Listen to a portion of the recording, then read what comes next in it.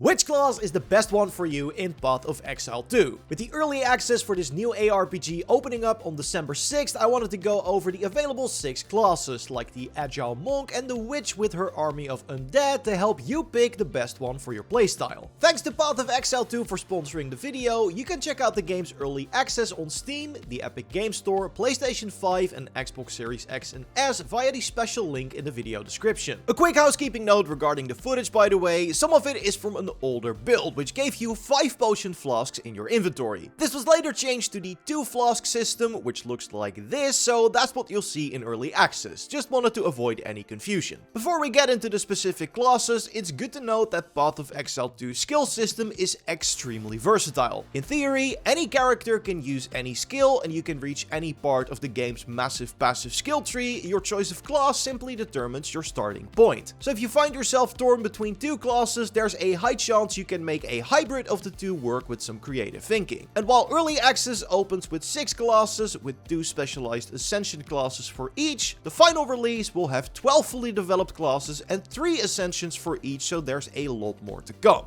But let's dive into the first class that will be in early access, the Monk. These agile melee fighters use a quarterstaff as their main weapon, and most of their skills focus on the elements of lightning, ice and wind. Monks also make use of a mechanic called power charges, where killing enemies with certain skills gives you a charge that empowers another skill. So the Killing Palm skill is a melee attack with a short dash that instantly kills any target at low health, which you can see thanks to this mark, to generate a power charge. If you then use the normally short-ranged lightning attack Falling Thunder, it consumes the charge to massively expand the area of effect. Another cool example of skill synergy is the Tempest Bell, which drops a massive, bell on the field that you can hit with attacks to cause powerful shockwaves. If you hit the bell with an elemental attack, the shockwaves will also become imbued with that element, so it synergizes nicely with any shock or ice attacks. The Monk is really mobile too, because while every class has a dodge roll, the Monk also has attacks that include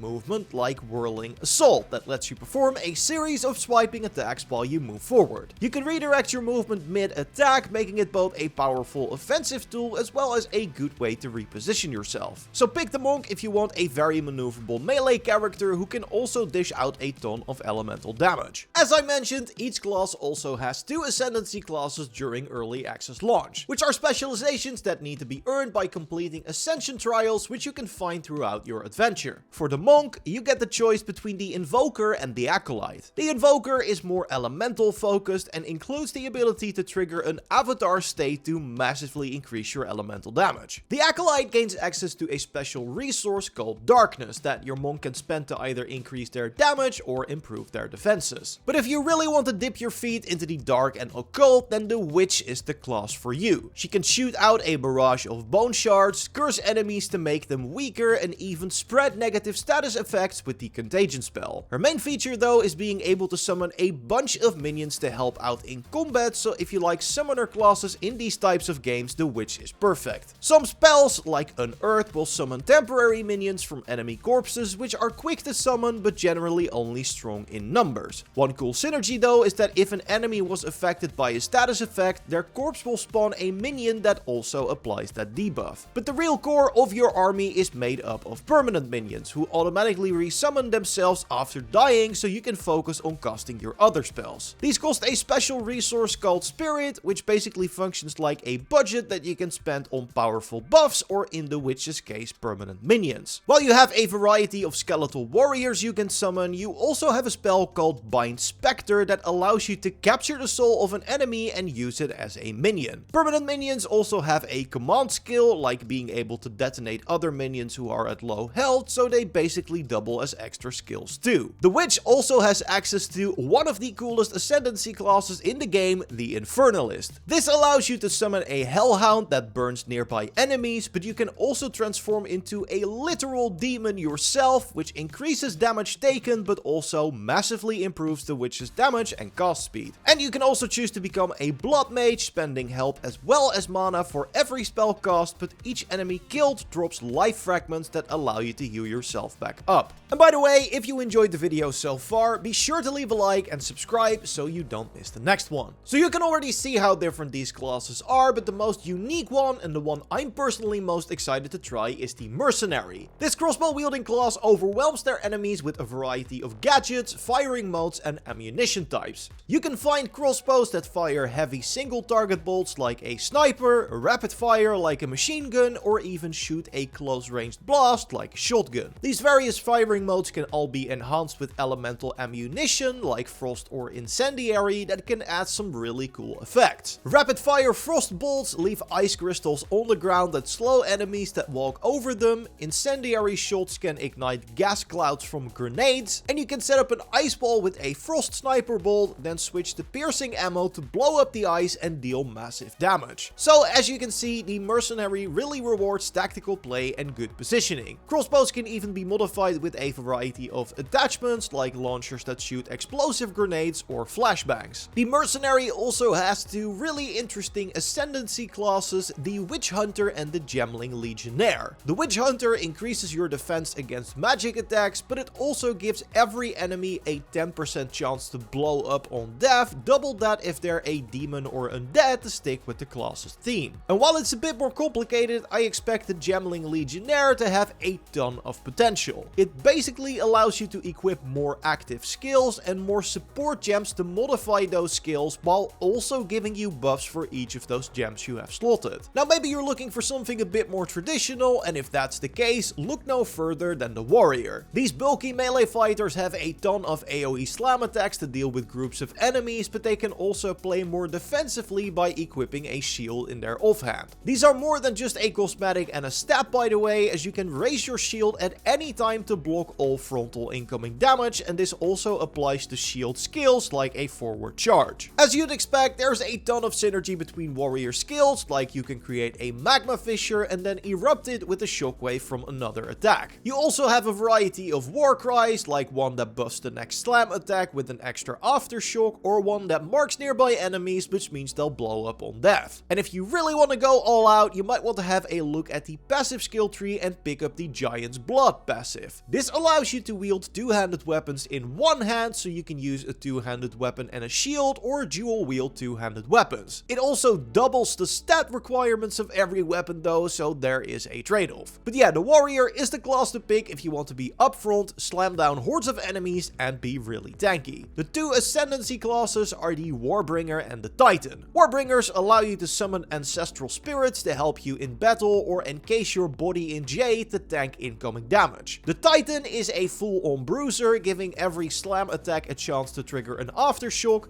increasing the stun damage of your attacks and increasing your damage against stunned enemies. Now let's look at a class with a bit more finesse, which is the Ranger. Like the Mercenary, it's a ranged class, this time using a regular bow, and it trades raw firepower for more maneuverability, as the Ranger can fire any basic arrow attack while moving. You also have a wide array of elemental attacks, including shock arrows that can bounce between enemies or can be stuck into the ground like a mine and explode when another shock arrow bounces off of them. Ice is of course useful for slowing enemies down and getting yourself out of danger, like Frost Escape, which includes a large leap backwards. And as a Ranger, you also get to invest in poison damage and get a little help from Mother Nature. You can place special plants that latch onto nearby enemies, slowing them down and also spreading any poison stacks you apply to the plant to linked enemies. You also have attacks that require some thinking or skill, like Snipe, which is a shot that needs to be drawn and released, but if you hit the perfect timing on the release, you'll deal a guaranteed critical hit. If you want to focus on the sharpshooting aspect of the class even more, then the Deadeye Ascension is the way to go. It adds an extra projectile to any of your skills, increases movement speed while hitting enemies, and it makes sure your arrows never miss, meaning investing in the accuracy stat is no longer required. For a more unique twist to the class, you can pick the Pathfinder Ascension. Next to being able to spread poison between enemies, the Pathfinder also has access to a variety of dangerous concoctions that they can throw at enemies. Beware though, these concoctions take charges from your healing and mana flask, so you need to pay close attention to your resources when playing this class. And finally, the sixth available class in early access is the Sorceress, an elemental mage that has access to a wide variety of frost, shock and fire spells. These elements can enhance each other as well, like a firewall enhancing any lightning bolts that pass through it with extra damage, or you can go completely all out with Mana Tempest. This creates an area which drains your mana but also empowers all spells cast while inside the zone. own. The Sorceress also has access to powerful trigger gems, which allow you to cast certain spells for free after a certain trigger. So for example, you can use the shock trigger gem to drop the powerful combat spell for free after shocking a certain number of enemies. Now the Sorceress is not the strongest defensive class, and while spells like Ice Nova can help you get out of danger, you need to take survivability into account by equipping Arctic armor, for example. Like the Witch's permanent summons, Arctic armor is a buff that takes up spirit, which means that the effect stays active as long as you have it equipped. It forms these icy shards around the Sorceress when she stands still, which then freeze enemies that attack her. Also good to note is that the Sorceress's weapons, like staffs, come with a free spell, so you can keep casting even if you run out of mana. Sometimes this spell is a simple fireball projectile, but other times it can be a more supportive ability like Unleash, which triple casts your next spell. And if you want to lean even more into elemental mastery, then the Stormweaver Ascendancy class has everything you need, from summoning elemental storms on a crit to converting other damage types to shock damage. If you want a specialization that helps with surviving, then the Chronomancer will allow you to stop time, jump yourself back in time and reset your health and mana, and even reset all your current cooldowns with Time Snap. Thanks again to Path of Exile 2 for sponsoring the video. Remember to check out the game on Steam, the Epic Games Store, PlayStation 5 and Xbox Series X and S via the special link in the video description. Let me know what class you'll be playing in the comments, subscribe to not miss the next video, and leave a like if you enjoyed this one. If you want, you can watch another video of ours by clicking on the screen, and I will see you in the next one. Goodbye!